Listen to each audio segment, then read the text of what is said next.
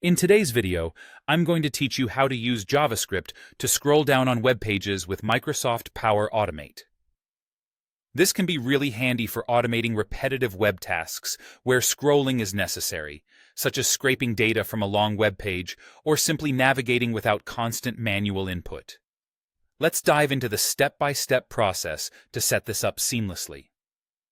To begin with, the first thing you need to do is to launch or attach to a browser.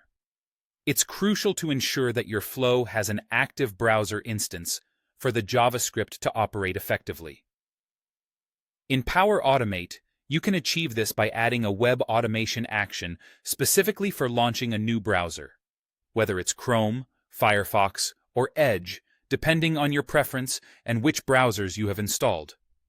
This step establishes the critical connection point for your automation flow, allowing it to interact with the web pages you'll be scripting. Once your browser is successfully up and running, the next step involves adding the JavaScript action. This may sound a bit technical, but it's straightforward with Power Automate's built-in functionalities. You'll need to add what is called a Run JavaScript function on web page action. This action is what allows your Power Automate flow to execute scripts directly within the web page. At this point, ensure you select the browser variable you set up initially from the drop-down menu. Doing so links the JavaScript action directly to your active browser instance, ensuring that your script runs in the correct context. Now, let's talk about how you can script this scroll action using JavaScript. You'll have to enter your desired JavaScript code into the provided function field. There are a couple of methods you can choose from, but let's focus on two popular techniques for scrolling. If you want to scroll by a specific amount, you're looking for what's called a relative scroll. For this method, use the function window scroll by x, y. This command scrolls the current window position by a relative value that you define.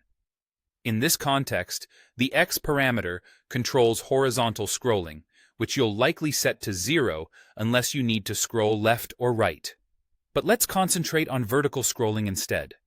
For vertical movement, you'll use the y parameter. Set it to a positive integer, such as 500, to scroll down by that number of pixels. Adjusting this number lets you customize your scroll distance based on your unique needs, ensuring you reach the desired part of the web page without any hassle. That's essentially it.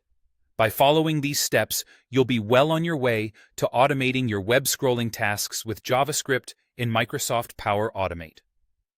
This straightforward yet powerful automation can help streamline and elevate your workflow efficiency. Keep experimenting with different scroll values until you find what best suits your project requirements. Thank you for watching, and happy automating.